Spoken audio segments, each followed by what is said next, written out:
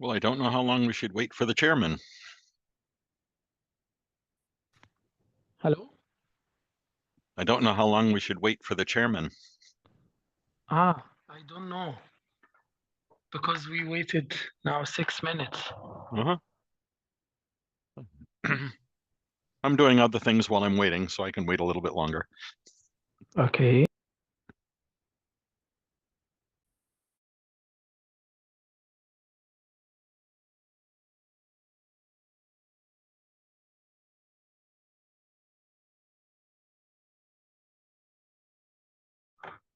But are you sure that it's not cancelled? Because it's look red in the table in the website. I don't know why. Let me take a look.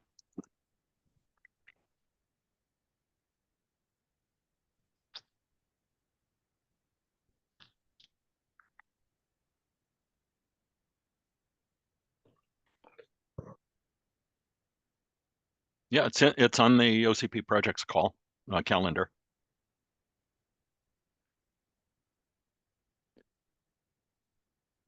And I didn't receive any email from the chairman saying it was canceled.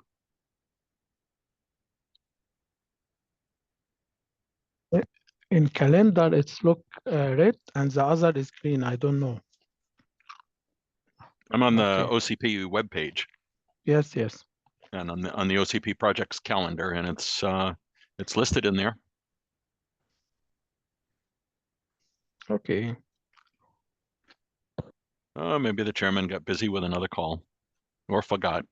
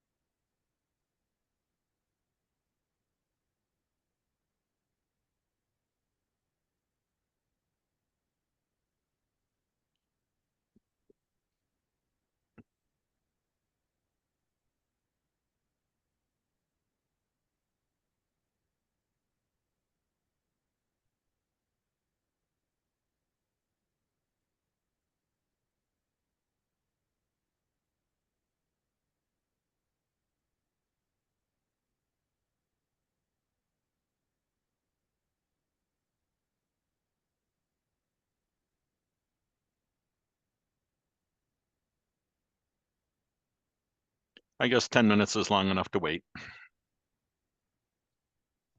I think that's enough. Okay, have a good evening. Okay. Oh, nope, somebody else is on Thanks. here.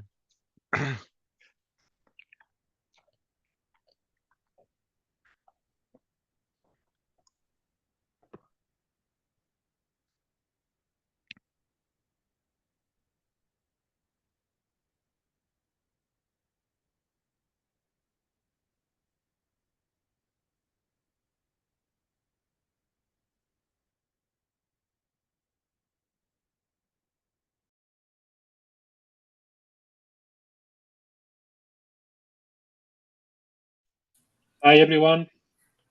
Hello, everyone. We were just about ready to leave. I had some technical issues. I'm sorry. Me too. I started again my computer 10 minutes for that. Yeah, like my Zoom app doesn't work at all. Like it's not allowing me to join.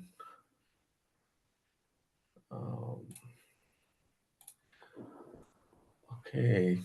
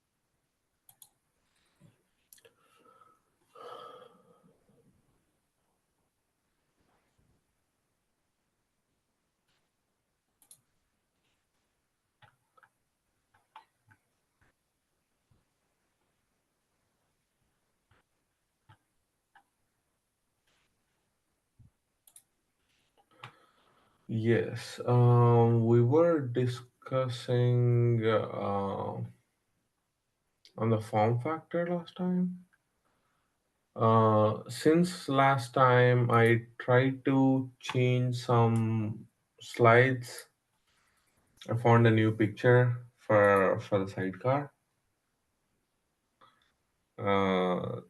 This is with hardware. One of the Microsoft's picture. Uh,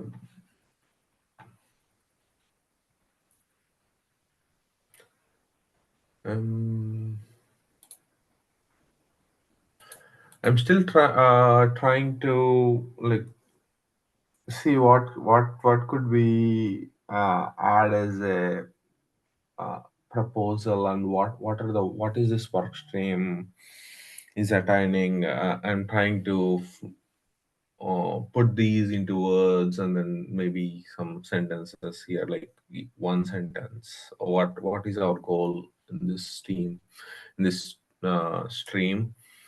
Um, like the purpose is to educate on the sidecar itself. What is a sidecar or ALC? mm, how what are the existing solutions out there that are capable of using and establish boundaries on the solution transition, like what is the powers that each like um, the ALC on the radar, when should you transition to a sidecar, um, uh,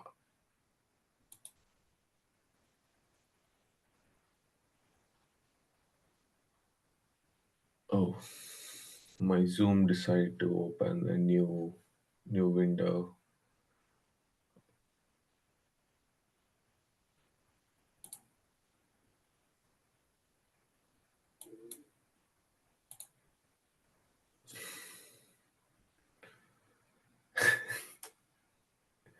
Give me 1 second.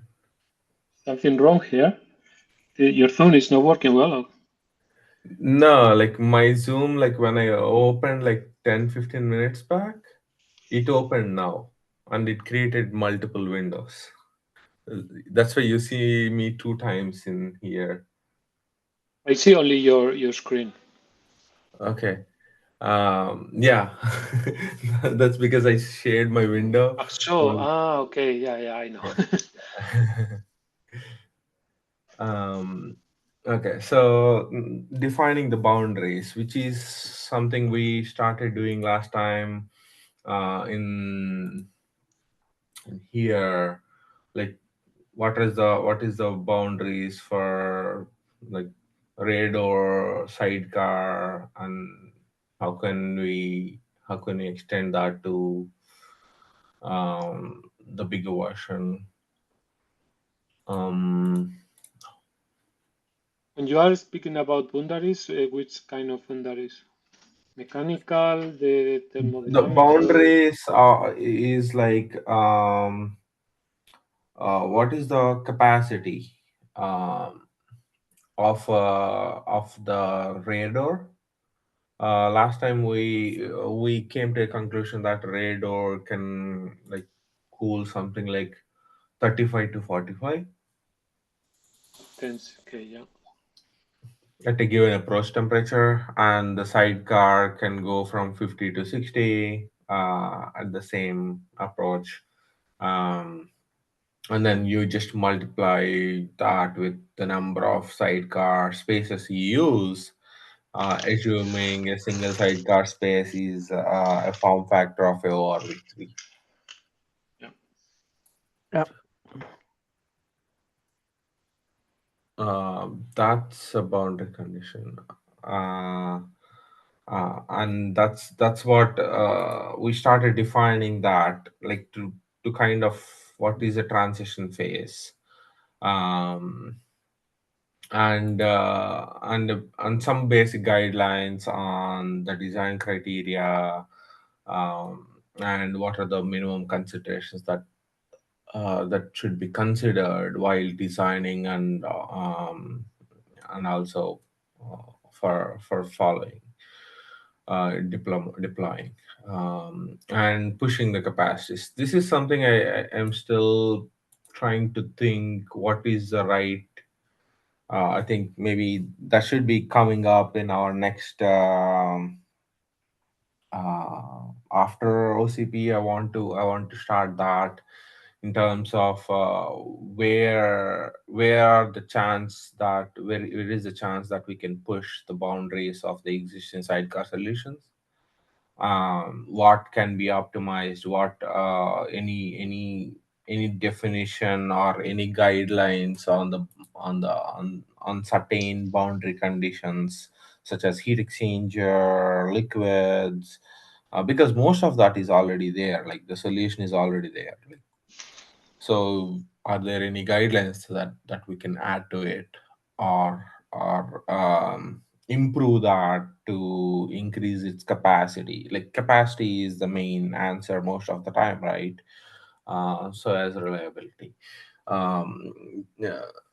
So those are the things that in terms of guidelines and pushing capacities, capabilities is nothing but the cooling capacity of the sidecar itself.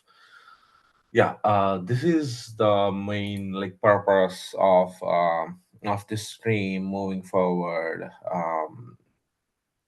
Yeah, this is something I want to add, and I would like to get some thoughts here in terms of whether this sounds good, or like any wording changes or any additions that you think could be added.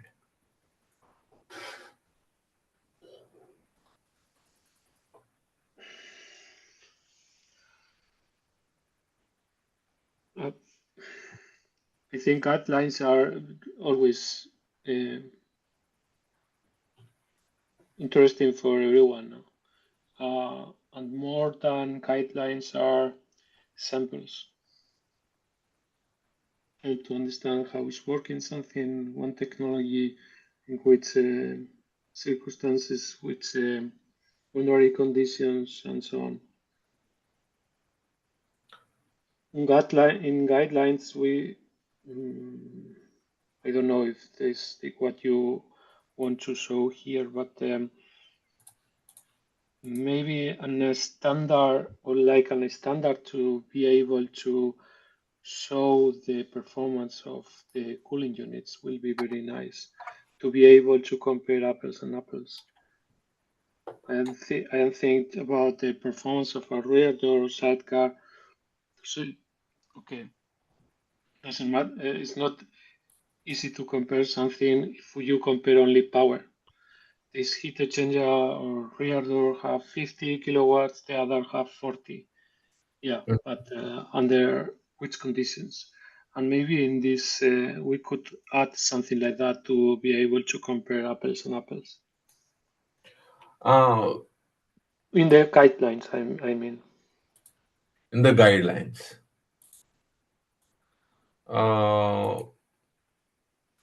What is the comparison of parameters that you think is necessary?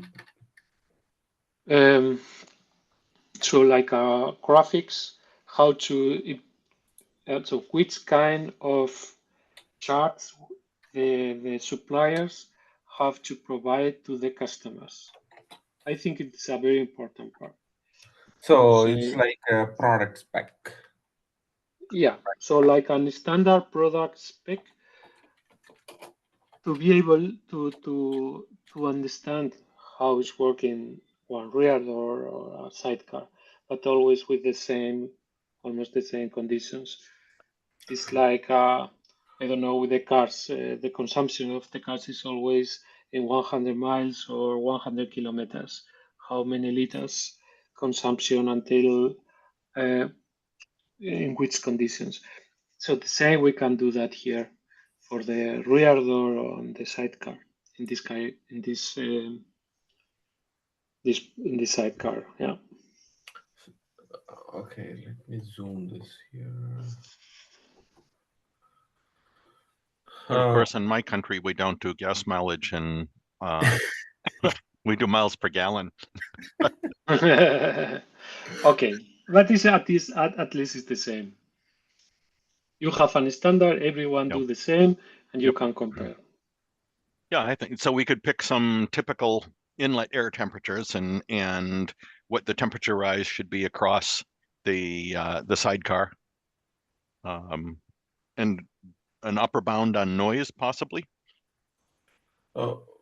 Yeah, so we defined that here last time, like the cooling supply temperature, on standardizing the performance metrics, like kind of giving what to report. Like apart from, I'll just copy paste this over there, and then we'll add few more to this. So product specifications are the things that we want to give, in that they need to provide differential pressure across inlet and outlet, approach temperature, and we don't want to give this, and maximum cooling capacity of the sidecar, and CFM per kilowatt, or airflow limits, as one of the parameter actually. Apart from this, you ask, you're telling like noise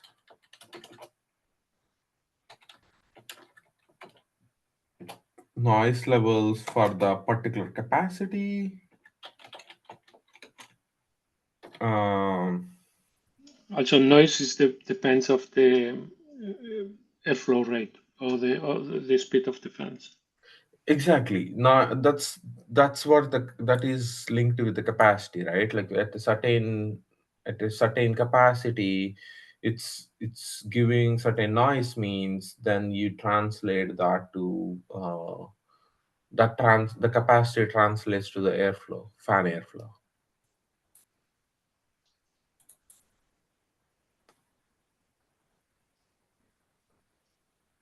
So usually you can increase the capacity, increasing also the approach.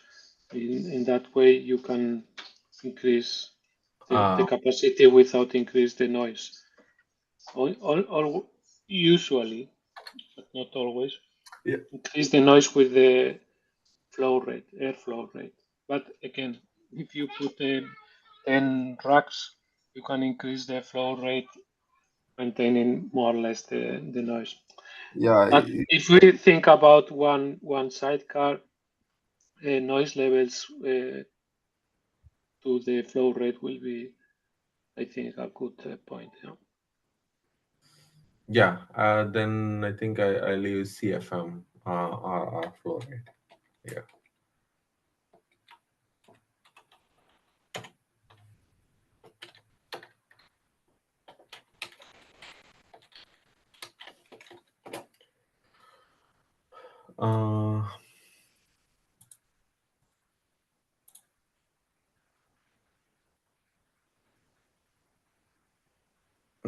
So these are some of the parameters that every vendor should list on their specifications, for ease of comparison, and also to understand whether this product is viable for them to deploy. That's right.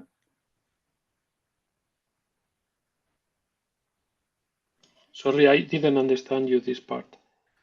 So when you say these parameters are used for comparison in the guidelines, right? Which means every vendor has to provide these numbers in Yeah, their exactly. data sheet or spec sheet. Yeah, exactly. To be able to compare apples and apples. Gotcha. It will be also very easy for the customers, because if not, they have to. It's really difficult if you use one kind of charts, the other one.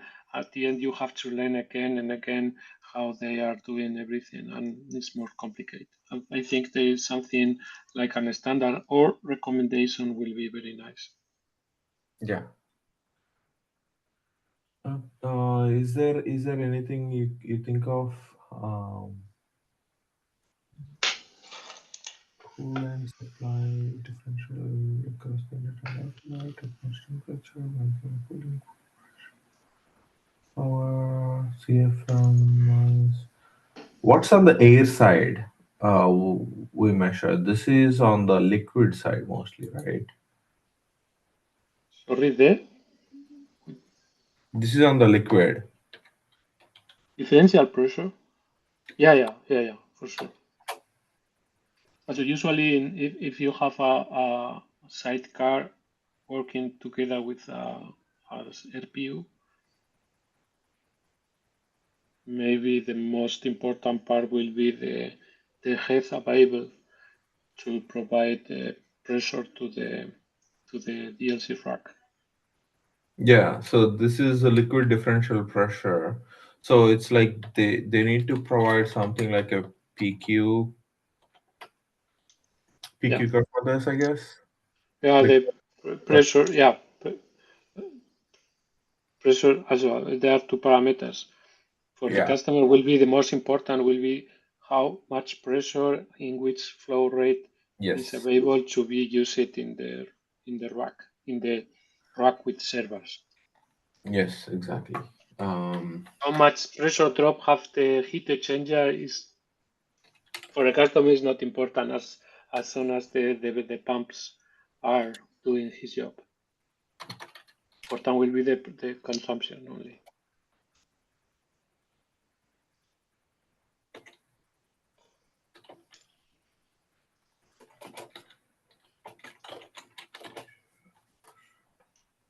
Pressure drop across the sidecar for air is also important, right? No, it's not important. Important is only the airflow rate. Right. Because the customer have to design the whole data center due to these numbers, to the flow rate. They have to Supply the air to the rack. Yeah. Okay. To allow to flow the air through the data center sometimes. Okay, gotcha. Okay. At least the sidecar is pressure neutral, because take air with zero pressure and blow air with zero pressure. It's neutral. The pressure drop is in the heat exchanger and will be due to the fans cover. So it's for the customers not important. Okay. Then what else? What else that they can specify on this? I think that's all I have for now. I can't recall anything else for now.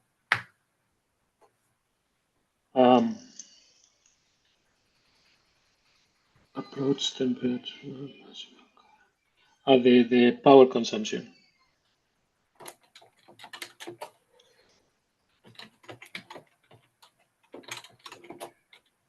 Power consumption, as well as the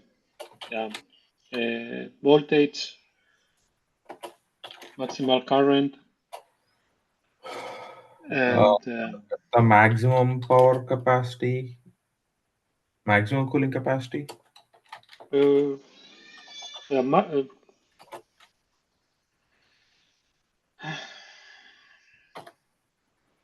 don't know what is the right. Or at the rated or maximum cooling capacity, they should supply the power consumption, right? So there are two parameters. Two parameters are important: the maximal power consumption, at least the current consumption, to be able to design the data center.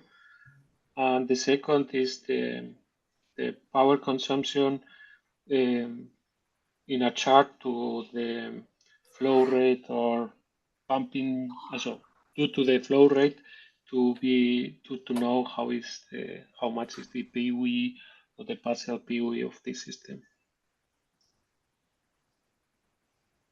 You know, if you have a chart comparing the for example the power supply, and you have another chart in the same level in which you can see how much is the power consumption, you are able also to compare the PUE in each working point, because for some customers this is a very important point to be very efficient.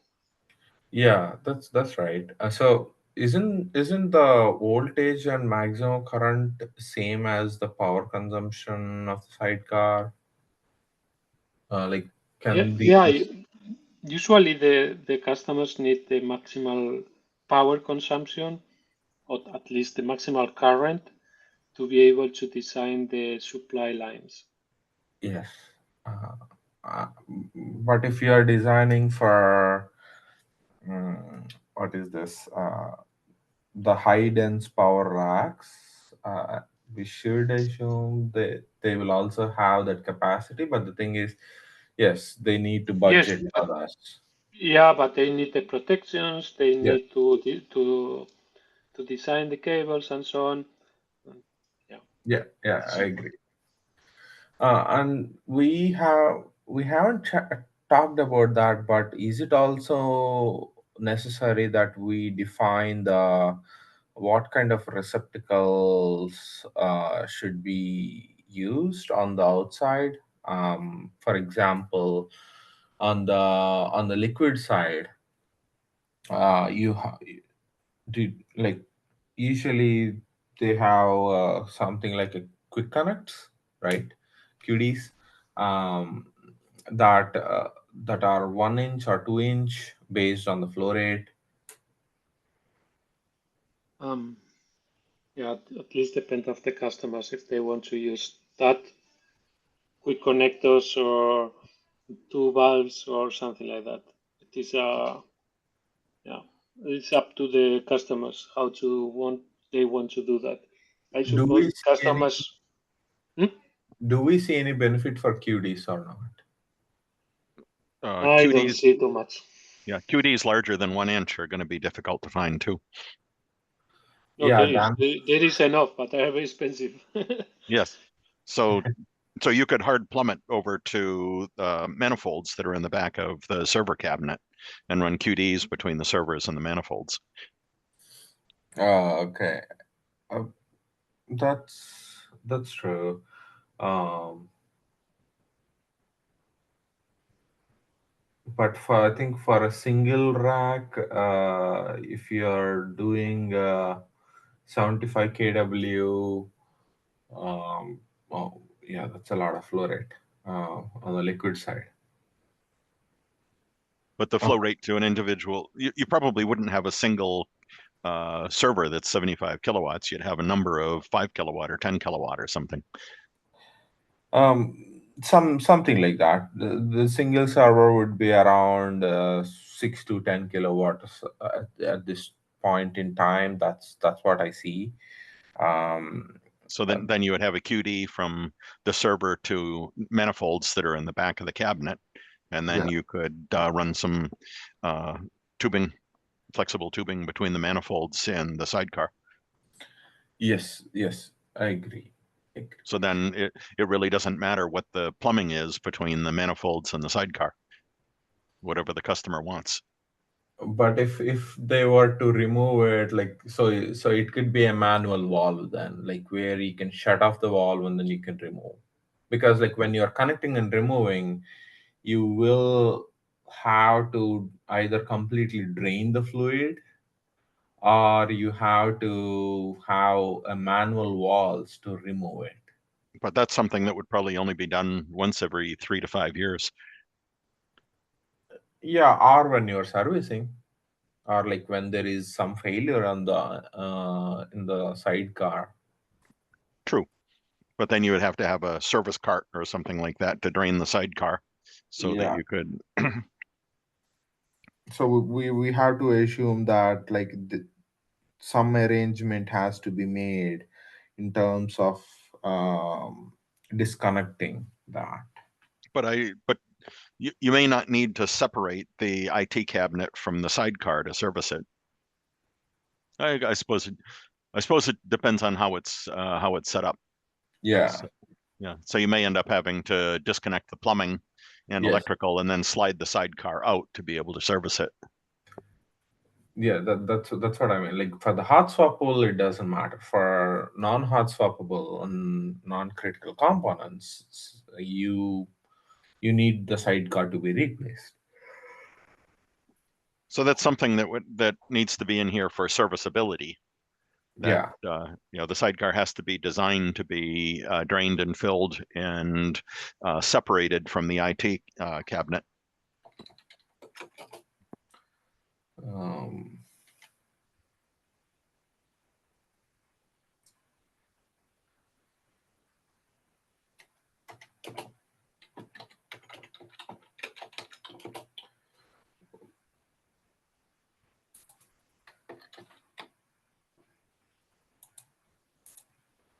So they have to, for serviceability, they have to define the connectors for liquid and power.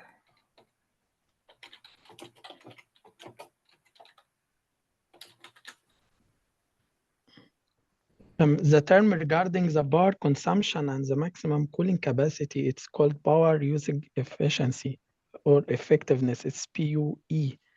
It's a factor or a coefficient between the maximum the power consumption for the device and the cooling capacity. That's right. But I'm still wondering whether we can use that term here or not. Yeah, we should add it because, as you know, that in sidecars there are pumps, there are fans, and this the power consumption of these two items, it's a little bit challenging, especially the pumps, because if you compare the sidecar with Riyadh Kula, you have in Riyadh Kula only fans, but in sidecar you will have pumps, and that maybe will increase the power of factor of 3 or 4 because pumps consumption is higher than fans. No, actually, the sidecar PU is much better because you have bigger heat exchanger, irrespective of having the same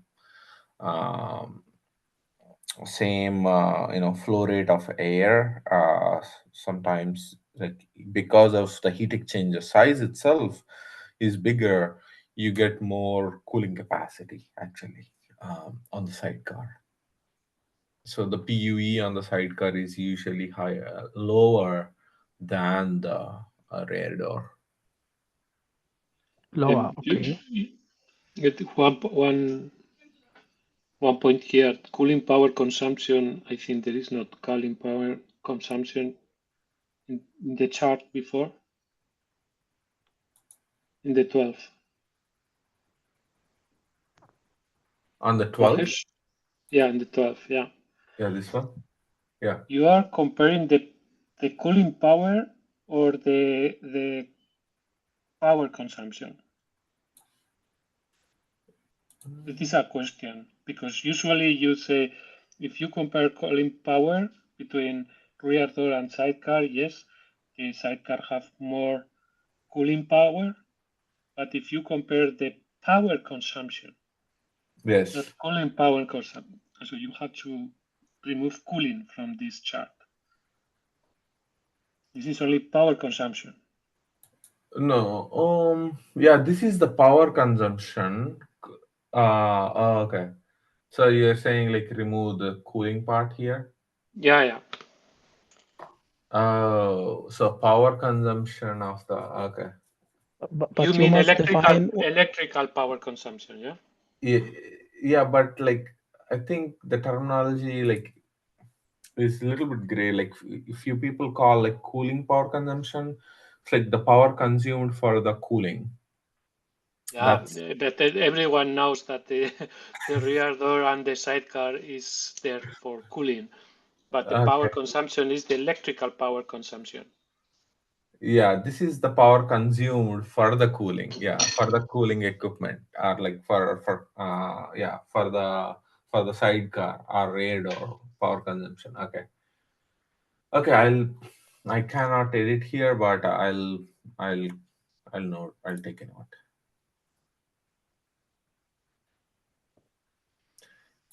This airflow usage, but what is the meaning of that? What?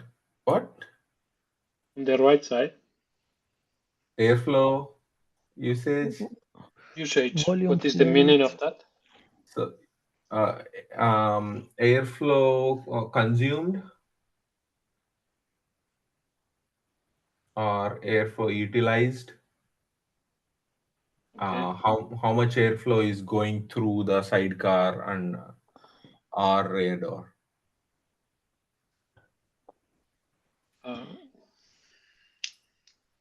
Does that make sense? No. Michael, maybe you have to help me.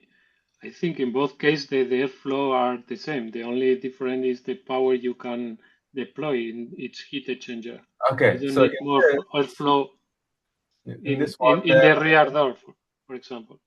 okay. Let me explain this in from the perspective that I was presented with. So in this actually this is a study case where you have rear door and sidecar, where there is almost like 100% liquid cooled servers are. These are using TTVs. This is not regular servers.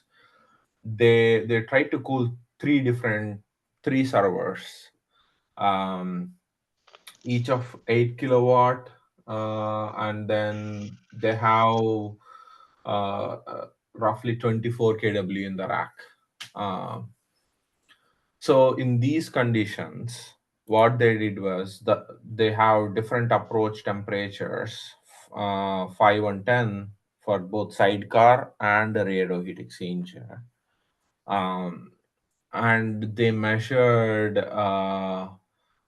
the power consumption and the airflow used to attain this 5 degree approach and 10 degree approach respectively here, uh, and they use that data to report it here. So this is a comparison of a same 24 kilowatt heat load cooled by two different cooling solutions with approach temperatures 5 and 10 respectively. So then, yes, the airflow would change because you are trying to attain that 5 degree approach in a sidecar and a rear door heat exchanger for a same cooling capacity of 24 kW. So that's why you have that change in the airflow. Does that make sense? So, for example, if you have 50% liquid cooled servers and 50% is cooled by air, with the same flow rate, air flow rate, you will be able to cool down the air part of the server and the liquid part of the server. I understand that is the gray area. So we want this comparison is made just to do only liquid cooling comparison. No, we are not trying to do any air cooled. So which means the approach temperature, the the temperature that is entering the heat exchanger on the rear door and the sidecar are the same. There is no temperature difference. The temperature of the But air that is entering. in reality, the temperature for the rear door heat exchanger will be higher than it would be for the sidecar. Yes, So it doesn't. because of the preheat. So it doesn't sound like a valid comparison to me. Um,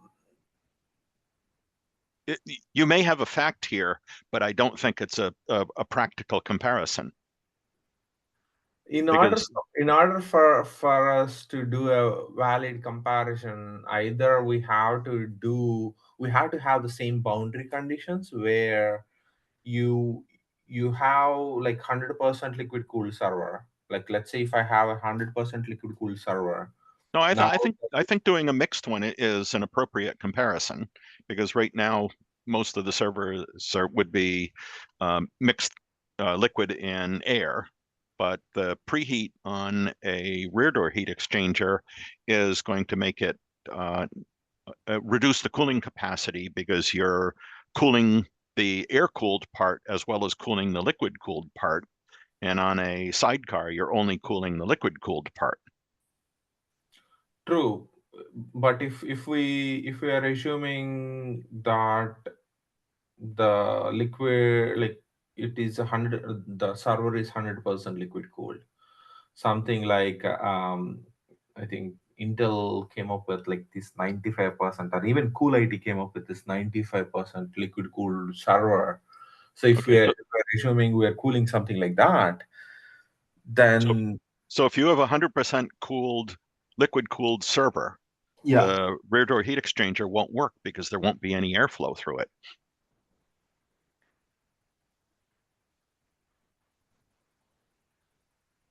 Because the airflow for the rear door heat exchanger comes through the server. This is a problem, that as you increase the percentage of liquid cooling, you reduce the airflow going through the rear door heat exchanger. Oh, for the radio heat exchanger, yes.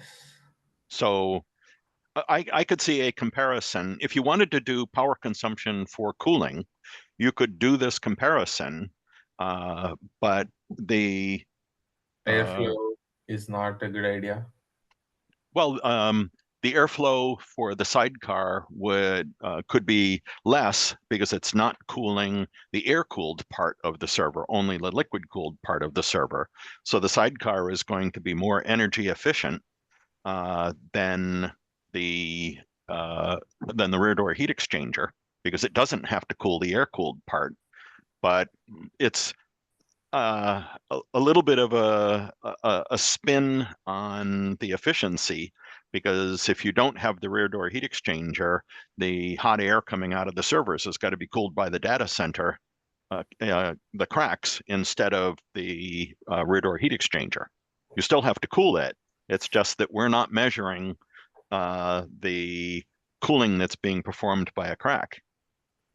So if you want a marketing spin on this, just because of the way the cooling is going to be apportioned between the crack and the sidecar is going to look considerably more efficient than a rear door heat exchanger. No, for a hybrid, like, so in the hybrid heat exchanger, it is of the same function as the sidecar, actually. Exactly. It does. That's correct. Yeah. But Not a hybrid, it's an air-assisted unit. Yes, an air assisted. But the rear door heat exchanger is going to be less expensive. Less efficient, because the air going into the heat exchanger, the rear door heat exchanger, is going to be hotter than the air going into a sidecar. Yeah. Yeah. So the sidecar will be more efficient at cooling than a rear door heat exchanger, because it actually has less to cool. Had the same to cooled, but with high temperature. Yeah. So in this, is in your opinion, airflow usage term or comparing those is not a good use of the data? Well, but it's a valid comparison between the two. But if you're looking at it from a data center perspective, the energy required to perform the cooling shifted from the rear door heat exchanger to the crack when you went to a sidecar. You still have the same amount to cool. It's just a matter of who's doing it.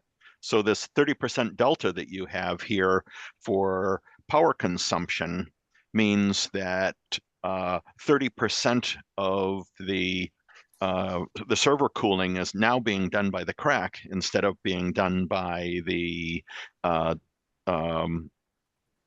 rear door heat exchanger. At least the rear door heat exchanger doesn't cool down the air. No. Also, Yeah. I think Yeah. we are missing two technologies. We are speaking about air-assisted units. In that case, the rear door is also cooling the water from the cool plates as well as the sidecar. In both cases, we have the same power to cool down. But like from Michael the water. said, Yeah. But from like the water. Michael said, you have more temperature because with the rear door, because the air is going through the servers first, increase the temperature, I don't know, 5 degrees. So if you compare the rear door and the sidecar, in the rear door, you have 5 grams more temperature, air temperature, like in a sidecar. So you will be always worse than in a sidecar. But in the same time, you'll have less, your consumption of white space is less, and the airflow is the same through the servers as through the rear door. In the case of the sidecar, you have a flow rate, let me say 100, the same like the rear door, but also you need flow rate to cool down the servers because you are doing that in parallel. So the air consumption for the data center, is higher with the sidecar as with the rear door. But we have you have to imagine, if you have a data center, air economize a data center. If the temperature is very high, they can remove the high temperature of the air into the atmosphere and take a new air. In that case, it is important how much air you are moving through the data center. And for that reason, is the rear door more interesting than the sidecar. For sure, you have less capacity for the same power and air temperatures because of that, because of the temperature of the air going through the reactor. And less space for sure for the reactor. In the sidecar, you have, I don't know, 1 meter in the deep to put everything. So you can invest in more heat exchanger, bigger fans, and so on. Yeah, it's interesting that the IT rack and rear door heat exchanger versus the IT rack and the sidecar perspective is very different than what it is from the data center perspective. So this chart is reasonable that you would get a reduction in sidecar cooling energy requirements because the inlet air temperature is going to be lower on a sidecar than it is on a rear door heat exchanger. So the pumps may be running slower, the fans might be running slower, you'll save some energy. Yeah.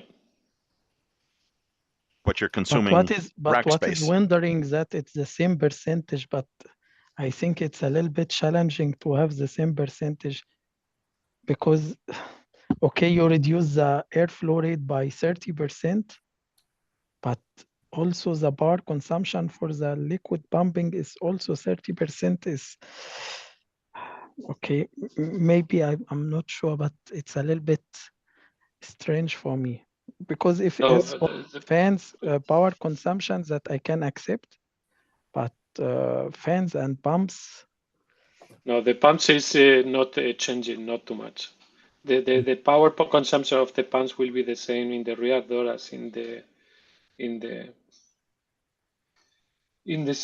sidecar, the same. And the fans? The pumps. Yeah, the pump consumption. Because that's controlled by the server. Yeah, because even the pumps is not belongs to the rear door cooler, but inside rear door will also have the pumps. That's called an RP unit. So I'll show you here. Okay. So RP unit, this will have, it's called a reservoir pumping unit.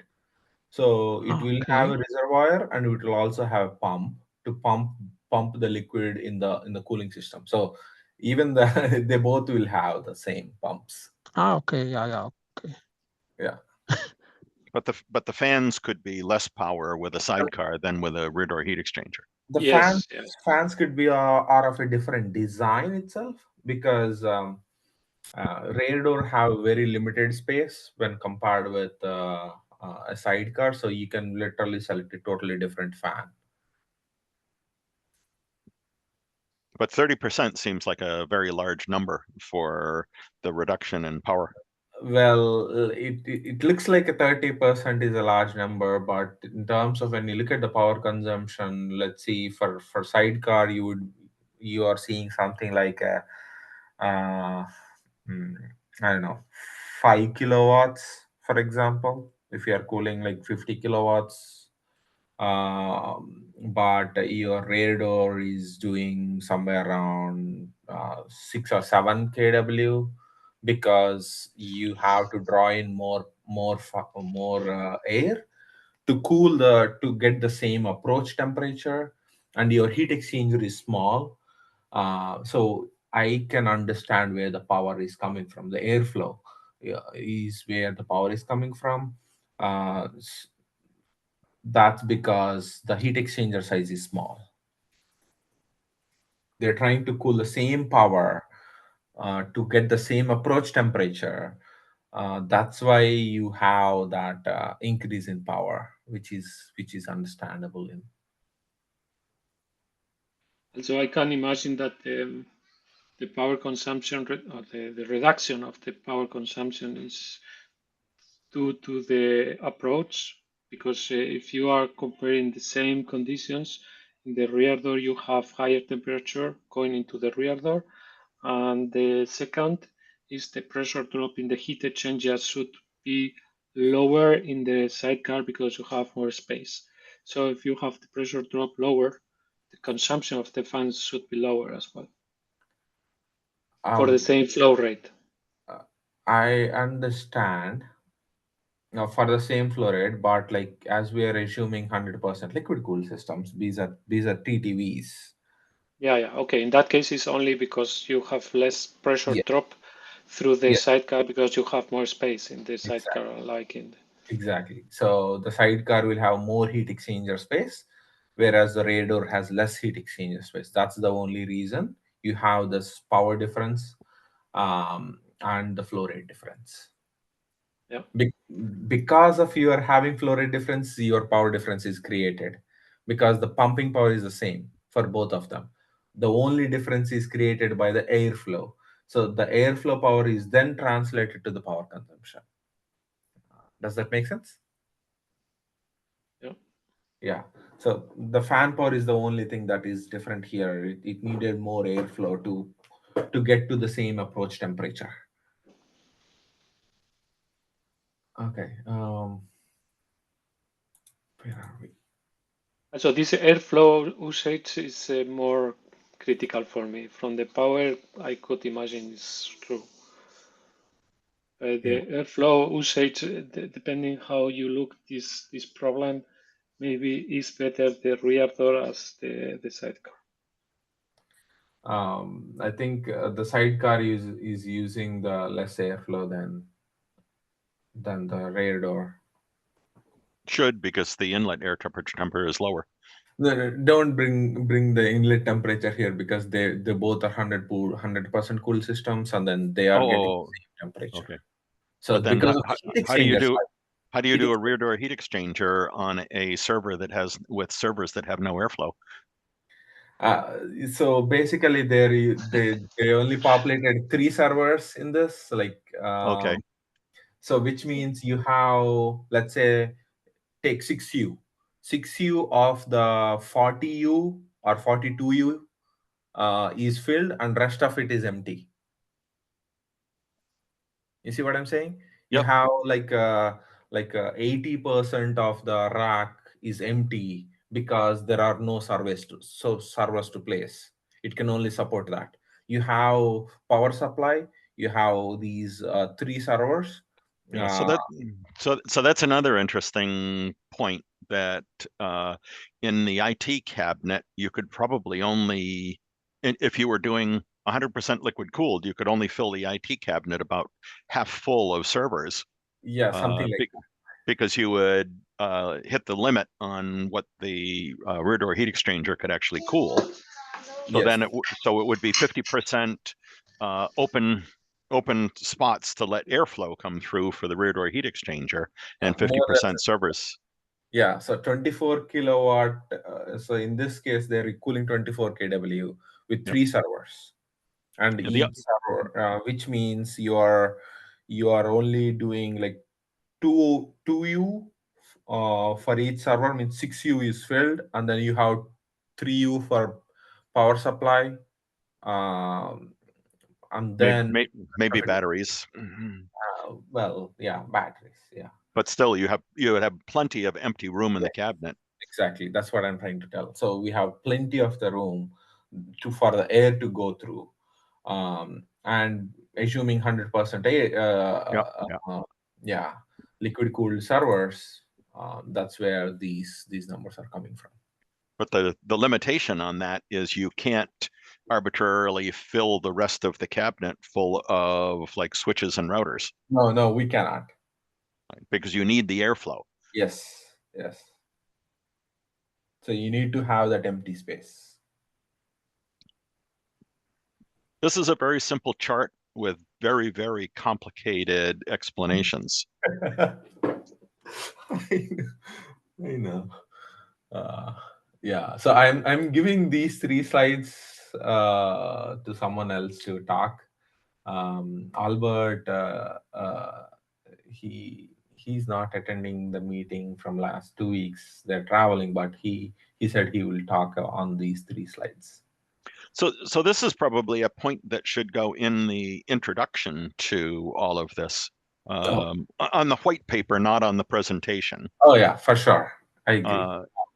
And that because of the upper bounds on the cooling capacity for a rear door heat exchanger and the energy density that we will see or are seeing now in servers, you can't fully populate the IT side of the rack because you don't have enough cooling capacity. Yeah, so that's where like there is a section dedicated for rear door heat exchanger versus sidecar heat exchanger in the paper. This is interesting about floor space, because if you doubled this, so you said we're going to do 50 kilowatts, so we're at the upper bound of a rear door heat exchanger, you could put 6 of these servers in a cabinet, so the cabinet is barely filled, and you have empty cabinets. If I needed more servers, I would need 2 cabinets. So I have 2 IT racks with rear door heat exchangers in them. Both racks are, say, 30% populated. If I go to a sidecar, I would have 1 sidecar and 1 IT rack, but I could probably fully populate the IT rack. Yeah, that's true. You will be able so to fully populate the IT rack. So I'm still taking 2 rack spaces in the data center, but I'm probably going to get about 50% more servers in the IT cabinet that I could with the rear door heat exchangers. That's true. What you said is true, but there is one caveat where if you want certain hardware to be in that particular rack for low latency issues, then you want to have all of them in a single server. So it's an application oriented also. So application oriented and floor space strategy. So there are 2 different strategies that they can play with. So 10 or 15 nanoseconds for a longer cable is significant? For something like AI training under in like inference, yes. Really? It could change. It could translate to months. Really? Interesting. So in that case, you'd be better off with the sidecar because the servers would all be in the same cabinet. Yeah, that's why I said like it's an application oriented. So if it is not that important for them for their application, then you could have multiple IT cabinets all with rear door heat exchangers, all cabinets partially filled. Yeah, and then if it is more important that all of those have to be in the same rack, then you do go to the sidecar. But they're still taking this potentially well, potentially the sidecar IT rack could take could be done in two racks where the rear door heat exchanger, if you can only populate the cabinet 30%, you might need 3 racks. So it's potential that the sidecar could take much less floor space than the rear door heat exchanger for the same servers. Yeah, as I said, like it depends upon the application, and also you need more connectivity. And I don't know, I have only attended few meetings on the radar heat exchanger, so I think in this case the connectivity on the power and network comes from the front, so Or the which you have top. more flexibility in this side where you can have both sides available for the connections. So there is another flexibility on that. So we can come up with all kinds of interesting marketing ways to sell a sidecar. yeah, that's there. I think has pros and cons. Yeah, it has its Because in that, yes. if you have a rear door and you decrease the temperature of the air, you could increase also the power per rack and be able to put racks near to each other. If you put a sidecar, you have one place for a rack which is populated by a sidecar. In that case, you have to put the cable in 600 millimeters away, and this increase the cost because of the connections, as also about the latency. And like you say, to train the AI or to influence will be determined.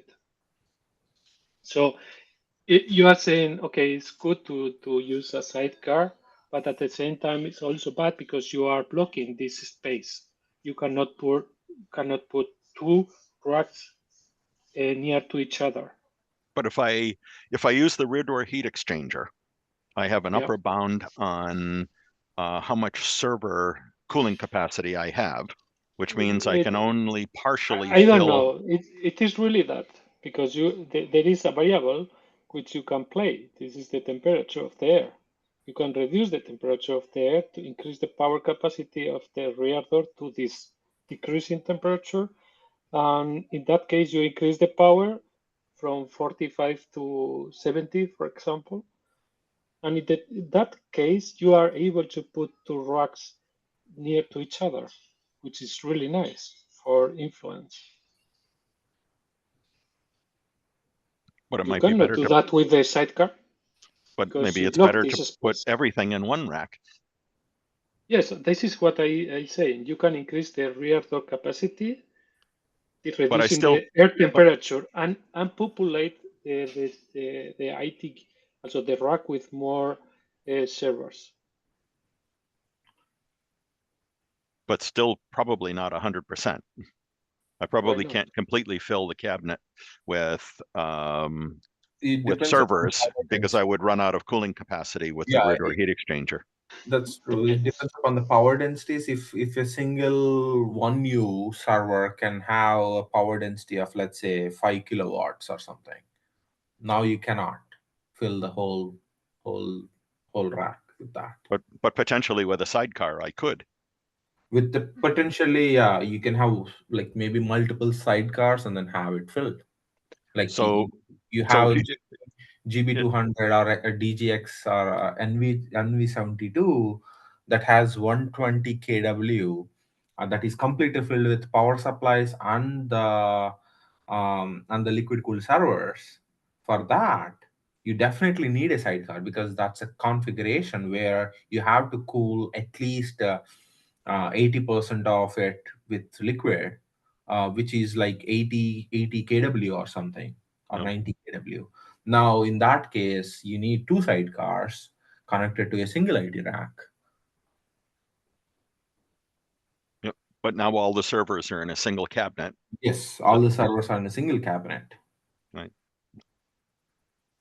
Yeah, this is interesting. There's many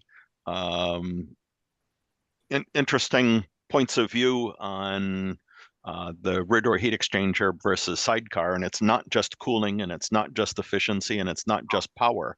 It's application dependent. Yeah. This How is to a system. You have to see like a system. You cannot take only one part and say this is better because of that. No, it's not as easy. These all cases are different. And I think if for example, if the cold plates or the microchips are able to deal with 40 degrees water temperature or 50 degrees water temperature, and the data center is in Norway or Sweden, in Sweden, you can play with 20 degrees air temperature. It's not a problem. And then you need to cool down water by 40 degrees. You have an approach of 20 degrees. You can increase the power of the rear door by 2. So you can increase until, let me say, 100 kilowatt, or maybe not 100, 80, 85 kilowatt per rack. So you can populate all the rack with servers and put all the racks near to each other, which is really crazy important if you are using AI and influence, because you need not only one rack, you need multiple racks, sometimes hundreds of racks. In that case, the sidecar is not the best solution. No, you It's probably better a want rear door. you want access to the facility water. For sure, the future will be facility water, for sure. Yeah. But there are Yesterday, too many data centers in the north of Europe, for example, or in the somewhere in USA, in the north of USA, cooled by air only. Yep. In that case, maybe. Yesterday on the Rack and Power call, they were discussing 500 kilowatt IT racks.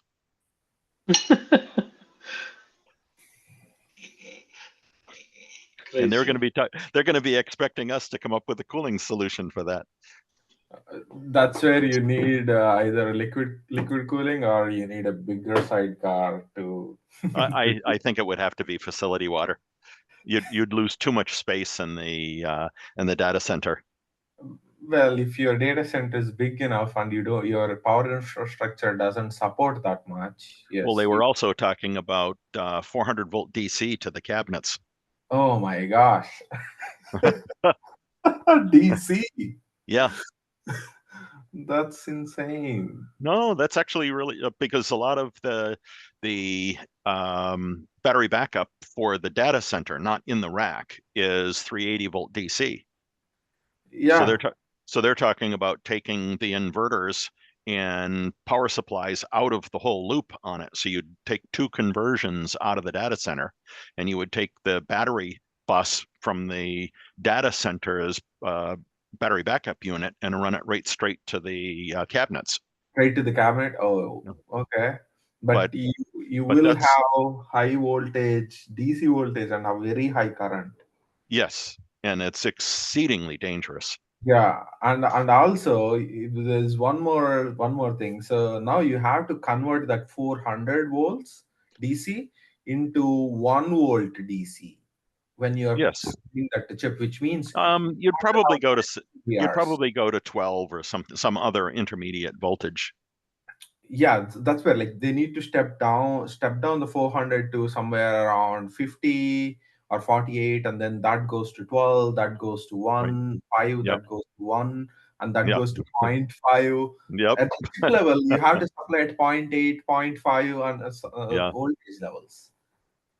Which means on the server board, you need to have multiple voltage step downs, like multiple voltage regulators, which are going to cause another nightmare for the server design. Yeah, but 380 to 12 is available.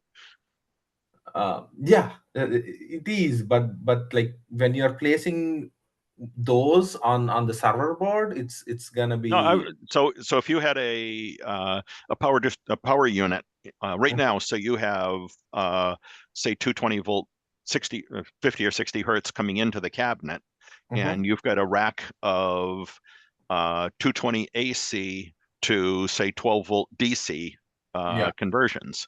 In this case, you would just replace them with units that are 380 volt DC to 12 volt DC. Yeah, so that's But wow.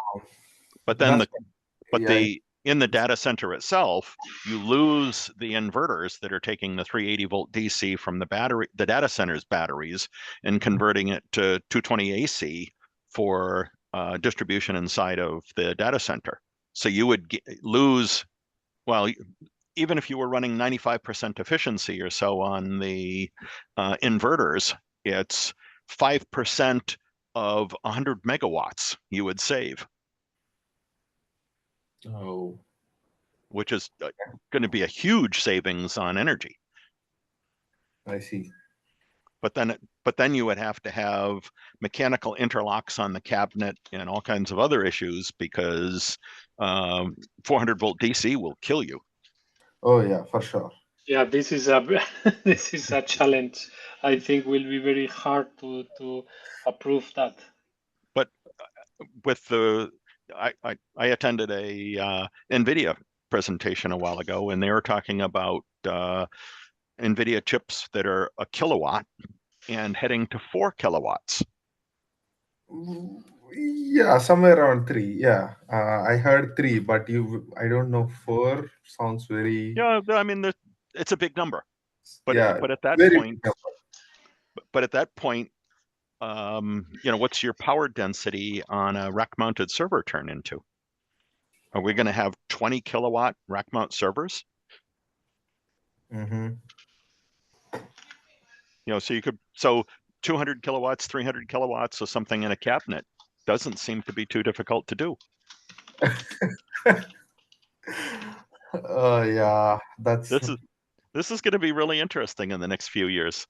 No, for sure, for sure. Like the powers are creeping up at an exponential rate. Not even not even at a parabolic rate. It's like Yeah. going to sky. Oh God. Yep. But I don't know how it's possible because for me it was difficult to find resistance to produce heat with more than, I don't know, 300 watts, 500 watts. So and now Yeah.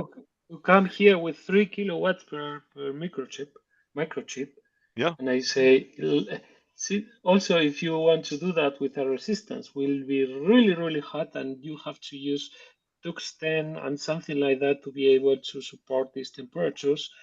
How do you do with silicon? I cannot imagine. Lots of water. Very high flow rate. Yeah. Yeah. We're going to have diesel powered pumps in the sidecar. Diesel powered. Okay. Oh my gosh! Like I think they might transition to something like a refrigerant cooling at this point. Yeah. Yeah. And that means two-phase is back on, and then Yep.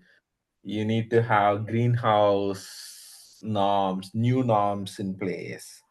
You cannot deploy like more than certain racks in a data center location. Something like that will come up again. So it's going to be a new era. Yeah. And then serviceability gets to be a challenge. Oh yeah, it's like I mean, like have you seen the cryogenic cooling supercomputer? Yeah. Yeah.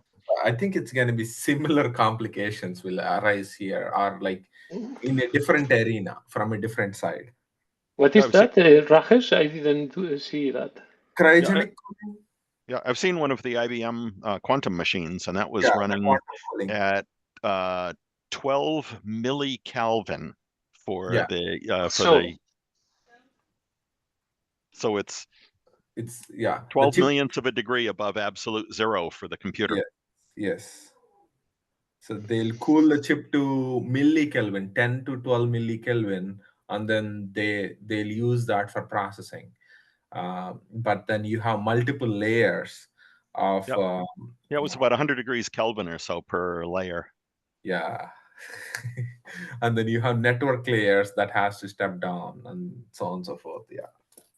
Yeah, mechanically, it's really interesting because the size of the parts change a lot over a couple of hundred Kelvin. Yeah. So you have to put loops in the coax and things for temperature compensation and stuff. It's really, really strange. Yeah, I have seen only photos. I haven't seen anything in person, but yeah, that was way complicated. I think even these, like in the future, would get to certain complications like that in terms of power and then cooling for sure. Yeah. The mainframe computer that we had at our university was two-phase cooled Oh, nice. in the 1970s. 1970s, really? Yeah, yeah, Wow. yeah. IBM and Cray and Control Data and a few other companies had two-phase cooling on their machines. Oh, okay. So All each the of the technologies each of the cabinets had an area, the width of the cabinet, and maybe 18 inches tall, that had the compressor for the refrigerant and had a water to refrigerant heat exchanger in it. Mm, And I then they see. had facility water running into each of the racks. Okay, that's a So lot this of, technology is not new. yeah, it's not new for sure. Like the immersion cooling and the single phase, two phase was also there. Cold plate, single phase cold plate, two phase cold plate was also there. Yeah, It cold plate was cooling is 50 years old. yeah. Yeah. Well, even vacuum tubes were cold plate cooled. So Oh. that's 75 years old. Yeah, that's some old technology. We are revisiting it. That's it. Yes. Yeah. Okay. Yeah. Thank you. We are like 20 minutes over time. I really appreciate Okay. your time. Yeah. Yeah. Yeah, It was really very interesting. Yep. Hassan volunteered to do some simulations on rear door heat exchanger with different amounts of air cooled versus liquid cooled to see if we can find some upper bounds on what a rear door heat exchanger could handle. Oh, that's nice. Thank you. Then I think our transition or the boundaries that we are talking about would definitely help. Yeah. I- Is he also in your like partner team or something? Sorry, Hassan? he's one of our professor doctors in our German facility. So Uh, he does immersion cooling and sidecar cooling. I see. Gotcha. Okay. That data would be definitely helpful for our draft paper for sure. Yeah, Yeah. I was talking to him this morning about the interesting discussion that we had last week about the more liquid cooling you do in the servers, the less air you have available for the rear door heat exchanger. Yeah, because you're filling up your board with more compact solutions. You don't leave out any air gaps. That's And where, the server itself needs less and less air because it's yeah. so the fans would be smaller, the air channels would be smaller. Yes. So there's got to be some point on there for the percentage of air cooling versus liquid cooling that's like the optimal percentage for a rear door heat exchanger. And as Yeah. you go more liquid cooling, the rear door heat exchanger actually works less than it because it's losing airflow. Yeah, that's Right. when you need to kind of create some gaps where like you just populate an But but alternate what do you say, like a rack unit, something like but that. but now we're into a rack efficiency issue, not a cooling efficiency issue. So it's yet another discussion point for this technology. Yeah. Yeah. I think this will be a very hard part for the server manufacturers because they are not thinking about the rear doors. They are No. thinking about the server, to cool down the server, but by water. If the water part is 80%, they will release only 20% of the space to cool down by air or the rest of the components. But they will not think about, in case someone use a rear door, we have to let the space here to blow air through the components and cool down the rear door. No. So now you end up with 80% capacity inside of the rack itself for IT equipment because you need more airflow for the rear door heat exchanger. So this is yet another sales pitch for doing a sidecar. Yeah, that's true. Or CDUs. There is a trade-off. Or directly to cool down by CDUs with water. Yeah, see, that's another thing. Like, where should you start going into that direction too? If you I think data center servers, you can go there.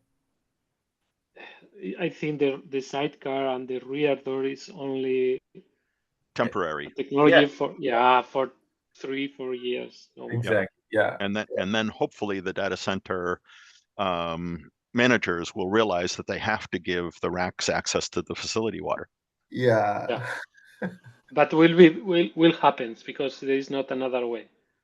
Yeah, and another thing is, like, yes, they will develop that solution where they'll do a facility level liquid cooling, but they still, it's gonna take some time because of the constraints they have right now. So yes, it's on the way, but it's gonna take some time, and that's where this is a transition solution, not a permanent solution mostly.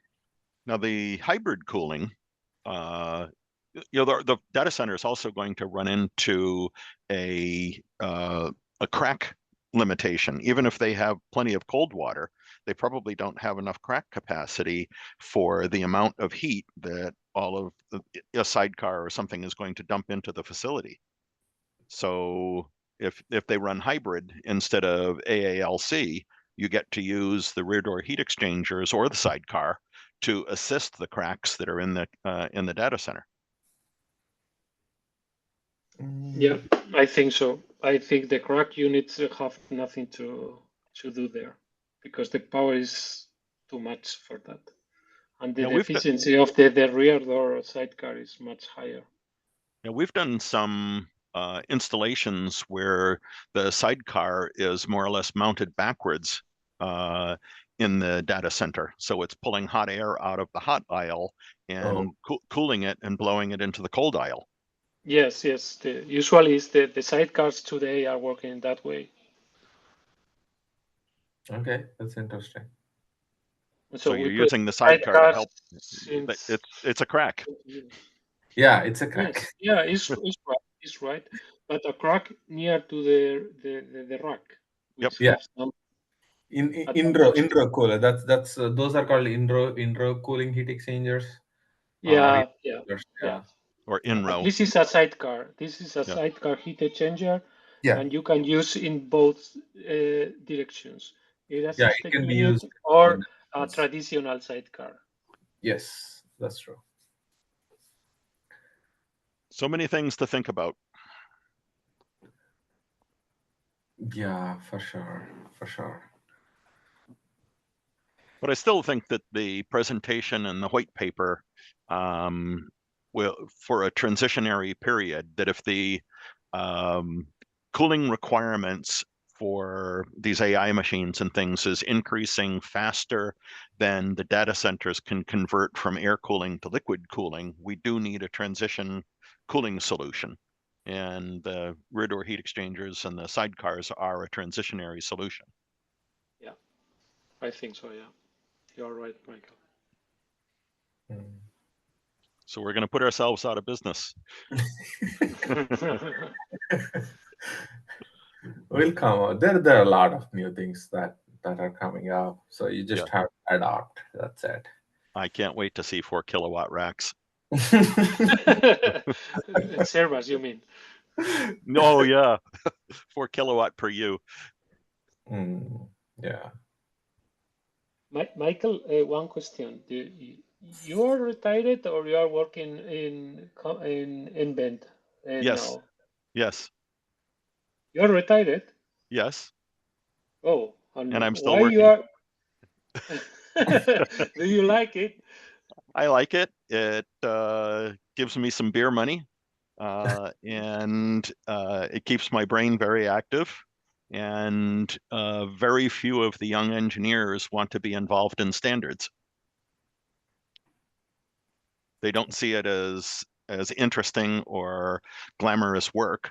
So nobody else within the company is really interested in doing standards.